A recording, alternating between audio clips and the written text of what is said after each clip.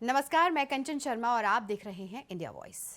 आज का अखबार क्या कहता है, क्या क्या टॉप न्यूज़ हैं, कौन कौन सी ऐसी खबरें हैं जिन पर आपको पूरे दिन यानी सारा दिन अपडेट मिलती रहेगी, या कल क्या कुछ हुआ, सब पर थोड़ी एक एक नज़र डालेंगे और जानेंगे कि आज कौन कौन सी ऐसी खबरें रहेंगी जिन पर खबरें सुर्खियाँ बटोरेंगी। तो देखिए, ये अखबार दैनिक भास्कर मेरे पास है। सबसे पहले जो इसमें फ्रंट पेज पर ही जो खबर है, तो इसमें देखिए ये है कि ओमिक्रॉन वेरिएंट, इसकी चर्चा अब कल भी इसमें अपडेट, आज भी इसमें ये लगातार सुर्खियों में खबर बनी रहेगी, क्योंकि जहां एक तरफ कोरोना को लोग अभी भूले नहीं, कोरोना की पहली लहर हो, दूसरी लहर हो, जबकि थर्ड वेव आने वाली है ये भी कहा गया, लेकिन अब जो ओमिक्रॉन वेरिएंट है, नया वेरिएंट जो आया है, इसको लेकर के धीरे धीरे लोगों में अब कहीं ना कहीं डर पैदा होना शुरू हो गया है। इसमें इसके बारे में क्या कुछ लिखा हुआ है दैनिक भास्कर में, वो मैं आपको बताती हूँ। दैनिक भास्कर लिखता है कि कोरोना के नए वेरिएंट ओमिक्रॉन से दुनिया चिंता में है और यूरोपीय यूनियन ने आनन फानन में अफ्रीका की उड़ानों पर रोक लगा दी है, जिससे दहशत फैल गई है।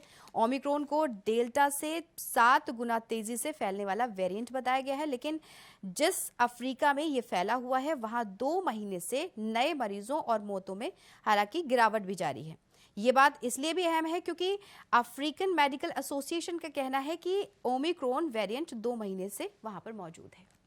तो ओमिक्रॉन की जो खबर है, इसमें लगातार आपको हर दिन अपडेट भी मिलती रहेगी, क्योंकि इस पर नज़र भारत की भी और सभी की जो नज़र है वो इस पर बनी रहेगी।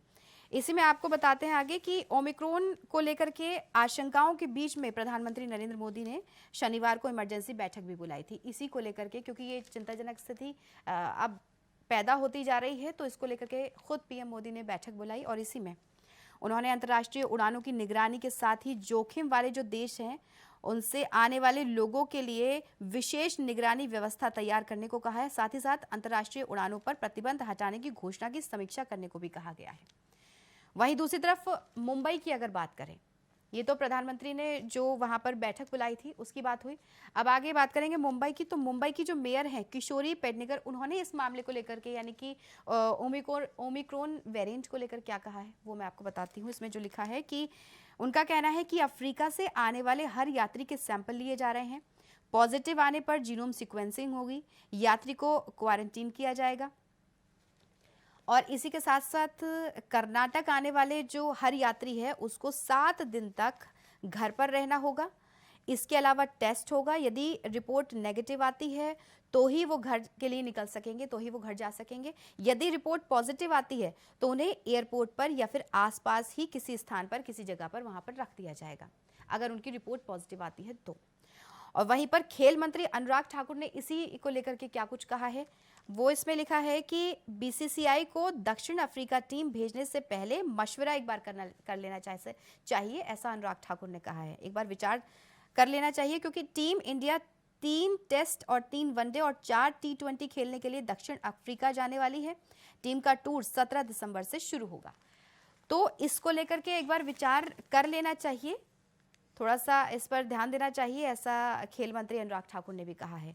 और क्योंकि अब मुंबई की जो मेयर किशोरी पेडनेकर है उन्होंने क्या कुछ कहा है, क्योंकि देखिए मुंबई की इसलिए भी बात थोड़ी अहम है क्योंकि वहाँ पर जो लोगों की आवाजाही है बाहर के देशों से, फॉरेन कंट्रीज से, वहाँ पर लोगों का आना जाना लगा रहता है। और कोरोना के टाइम में भी हम सभी ने देखा था कि कोरोना के टाइम में चाहे वो फर्स्ट वेव हो चाहे वो सेकेंड वेव हो, उस जो मुंबई में आवाजाही जो लगी रहती है उसमें लोगों में कहीं ना कहीं खौफ तो था ही, लेकिन मुंबई में सबसे ज़्यादा केसेस आ रहे थे क्योंकि वहाँ पे आना जाना, जो बाहर की कंट्रीज, फॉरेन कंट्रीज से जो लोग आते हैं वहाँ पर उनका आना जाना ज़्यादा है।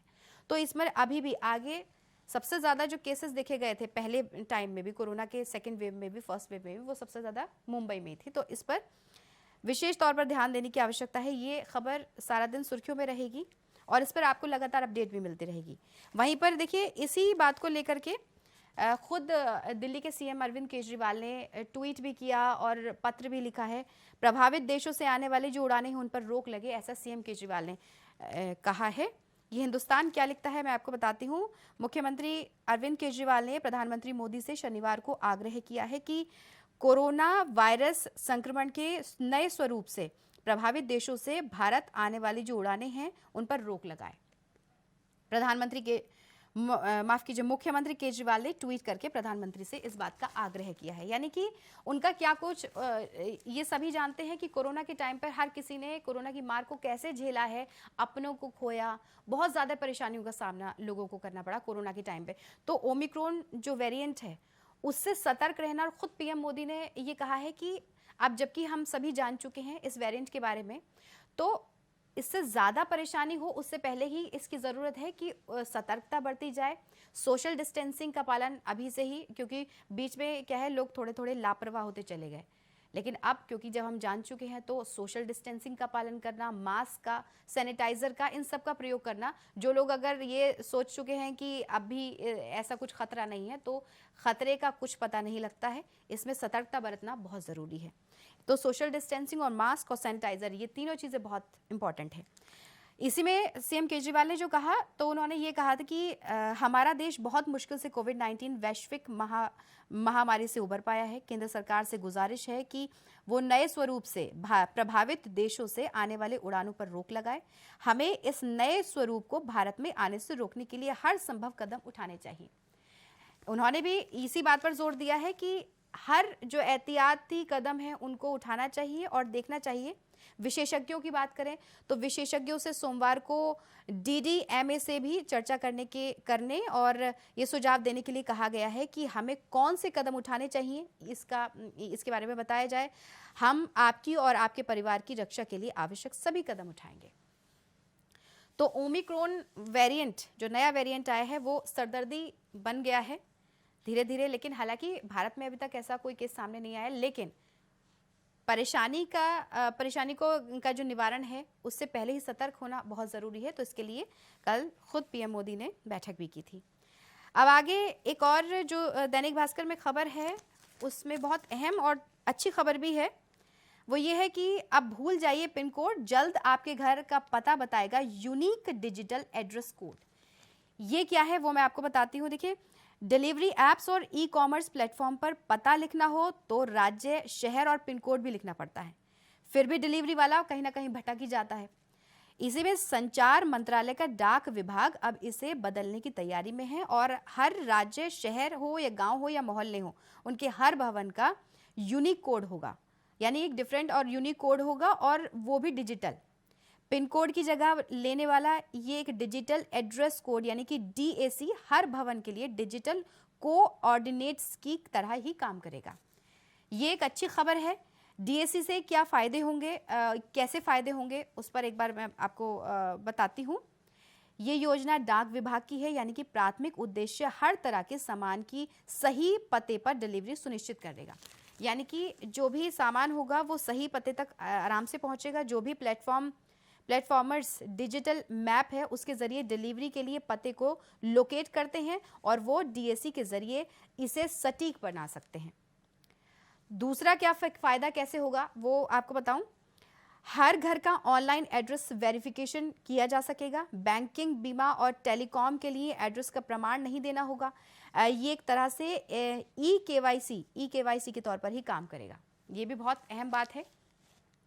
प्रॉपर्टीज़ हो, टैक्सेशन हो, आपदा प्रबंधन, आपात सेवाएं हो, चुनावी प्रबंधन हो, जनगणना हो या फिर जनसंख्या रजिस्टर हो, इन जनसंख्या रजिस्टर तैयार करने में बहुत आसानी हो जाएगी। यानी कि इससे कैसे फ़ायदे होंगे उनकी जो जानकारी है वो दैनिक भास्कर में दी जाइए। अगर मोटे तौर पर हम आपको बताएं तो जो नई व्यवस्था में हर मकान का एक अलग कोड होगा जो नए मकान होंगे। यानी कि सीधे तौर पर ये समझा जा सकता है कि यदि एक बिल्डिंग में 50 फ्लैट हों तो हर फ्लैट का अलग कोड होगा, और यदि एक मकान की 2 मंजिल पर 2 परिवार रहते हैं तो वो दो अलग अलग कोड होंगे। यानी कि अब पिन कोड भूल जाइए, जल्द आपके घर का पता यूनिक डिजिटल एड्रेस कोड बताएगा। ये बहुत अच्छी खबर है।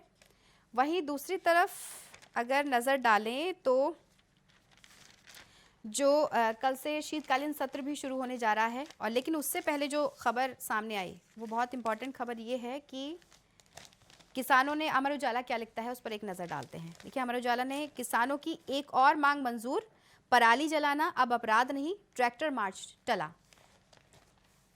कृषि मंत्री नरेंद्र सिंह तोमर ने किसानों से घर लौटने की अपील की है। कहा, मुकदमा वापसी राज्यों का काम। अब देखिए उसमें क्या लिखते हैं। कृषि कानूनों के वापसी के बाद में केंद्र सरकार ने किसानों की एक और मांग स्वीकार करते हुए ऐलान किया है कि पराली जलाना अब अपराध नहीं होगा। पराली को लेकर के आपको इस बात की जानकारी होगी कि पराली को लेकर के विशेष तौर पर सर्दियों में बहुत ज़्यादा इस पर घमासान होना शुरू हो जाता है कि पराली जलती है, तो इस वजह से जो आसपास के इलाके हैं या आसपास के जो भी सटे हुए इलाके हैं उनमें प्रदूषण, खासकर दिल्ली में वैसे ही प्रदूषण बहुत ज़्यादा होता है और पराली जलाने के बाद में प्रदूषण और भी इसमें इजाफा हो जाता है। तो ये जो पराली का जो मुद्दा है वो विशेष तौर पर बना रहता है। इसको लेकर घमासान हर बार ही होता है। तो इसमें इसकी घोषणा के साथ में कृषि मंत्री नरेंद्र सिंह तोमर ने शनिवार को आंदोलन कर रहे जो किसान हैं उनसे घर लौटने का भी आग्रह किया और सरकार की पहल के मद्देनजर संयुक्त किसान मोर्चा ने 29 नवंबर को संसद की ओर ट्रैक्टर मार्च स्थगित कर दिया है। हालांकि उनकी तरफ से ये कहा गया है कि ट्रैक्टर मार्च को स्थगित किया गया है, खत्म नहीं किया गया है। उनकी मांगे जब तक पूरी नहीं होंगी वो यूं ही डटे रहेंगे और आंदोलन खत्म नहीं किया गया। उनकी जो मांगे हैं वो एमएसपी को लेकर के है और जो किसानों के खिलाफ मुकदमे हुए हैं उनकी वापसी को लेकर है। बाकी जो लखीमपुर खीरी में जो भी घटना हुई सबने तस्वीरें भी देखी, वहां पर बर्खास्तगी की मांग लगातार उठाते रहे विपक्ष भी और किसान भी लगातार। तो उसको लेकर बहुत सी मांगे हैं किसानों की, इसको लेकर के भी। और किसान नेताओं की जो अब 4 दिसंबर को बुलाई गई बैठक है उसमें आगे की रणनीति तय होगी, यानी कि इसकी जो तारीख है वो 4 दिसंबर है। वहीं पर किसान बोले कि प्रधानमंत्री के सामने रखी अपनी मांगे, जवाब का इंतजार है। किसानों का यह भी कहना है कि जो प्रधानमंत्री के सामने मांगे रखी गई हैं उन पर क्या जवाब आता है प्रधानमंत्री का, उसका इंतजार वो कर रहे हैं। इसमें लिखा गया है कि किसान नेता ने बैठक के बाद में कहा है कि हम संसद मार्च स्थगित कर रहे हैं। हमने पीएम को किसानों के मामले वापस लेने, जान गंवाने वाले किसानों के लिए भूमि आवंटन, लखीमपुर हिंसा पर मंत्रिमंडल से अजय मिश्र टेनी को निलंबित करने के लिए लिखा है। जवाब का इंतजार है कि कब तक जवाब आता है। रणनीति अगली बैठक में तय होगी। तो ये किसानों का मुद्दा। और शीतकालीन सत्र, जैसा कि मैंने आपको बताया कि शीतकालीन सत्र कल से शुरू हो रहा है, तो उसमें विधेयक भी पेश किया जाएगा। तो इस पर सारा दिन आपको अपडेट भी मिलेगी और नजर भी बनी रहेगी। अब जो खेल प्रेमी हैं उनके लिए जो खबर है वो मैं आपको बताती हूँ। मनिका ऐतिहासिक पदक से एक जीत दूर, ये अमर उजाला लिखता है। ये मनिका बत्रा के बारे में क्या लिखा हुआ है। मनिका बत्रा विश्व टेबल टेनिस चैंपियनशिप के महिला युगल और मिश्रित युगल क्वार्टर फाइनल में पहुंच गई हैं, जिससे कि भारत ऐतिहासिक पदक से सिर्फ एक जीत दूर है। और मनिका और अर्चना कामत ने हंगरी की डोरा माड्राज और जॉर्जिना पोटा को 11-4, 11-9, 6-11 और 11-7 से हरा दिया है, यानी कि सिर्फ पदक से एक जीत दूर है। तो ये खेल प्रेमियों के लिए ये बहुत अच्छी बात भी है और खेल प्रेमियों के लिए अच्छी खबर है। जो खेल की जो खबरें हैं वो उन पर ज़्यादा ध्यान देते हैं। वहीं पर निशानेबाजी की अगर बात करें तो निशानेबाजी में सरबजोत ने 10 मीटर एयर पिस्टल का स्वर्ण जीता है। इसके बारे में क्या लिखता है अमर उजाला, वो मैं आपको बताती हूँ। हरियाणा के सरबजोत सिंह ने पहली बार पुरुषों की 10 मीटर एयर पिस्टल स्पर्धा जीत करके राष्ट्रीय चैंपियनशिप का खिताब अपने नाम करवा लिया है। बहुत ही गौरव की बात है। ये खबर अमर उजाला में दी गई है। तो जो खेल प्रेमी हैं उनका जो ध्यान है वो इस तरफ ज़्यादा केंद्रित रहता है। कोई क्रिकेट प्रेमी जो होते हैं उनका भी ध्यान जो क्रिकेट की जो अपडेट है उनको लगता है कि जो क्रिकेट की अपडेट है वो हमें मिलती रहे, तो इस पर भी नज़र बनी रहेगी। और पीएम मोदी की मौजूदगी में काशी में फिर मनेगी देव दिवाली।